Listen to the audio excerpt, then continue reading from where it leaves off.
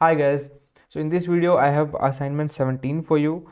What I'll do is this might be a little bit tricky for you, so I'll make your life easy by giving you the solution for a long method. So after seeing the long method, you just imply that and just assume yourself how you can do it the same example by using list comprehension. So let's get started. My problem statement is that you have to create a list that contains your first name, the second element is your second name, then the third element is your age, and the fourth element is your any hobby.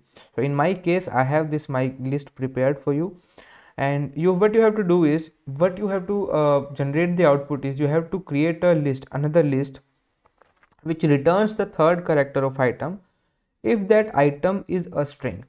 So what my result will be look like, so my third character of this item is v, right? My third t, and but I have said that if that item is a string, right? So it doesn't imply for this, so I'll skip this one, and here my third character will be k. So this is how my result will look like. So let us go and do this problem by long method. You can pause the video and do the long method by yourself also, and try it by yourself. So I have to create a list. So first of all I'll create another empty list.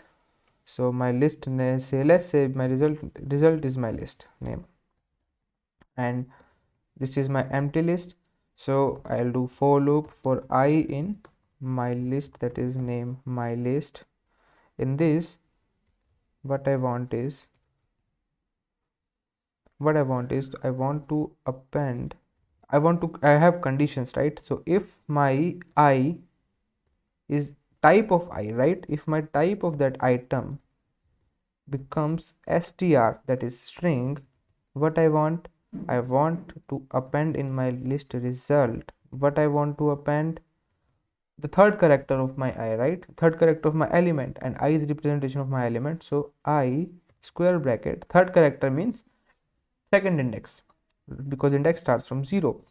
Otherwise that I want, else what I want is you just append, no, you don't want you don't append anything, you just do it like that. I don't want to append anything if my type of I is something other than the string, right?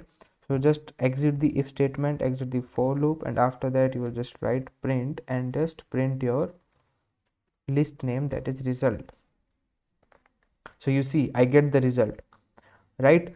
Now do this same by using list comprehension method. I have given you what you have to use in if statement, I have given you what you have to use it as a result. So create your own list by list comprehension. Thank you so much guys, thank you, I'll see you in the next lecture.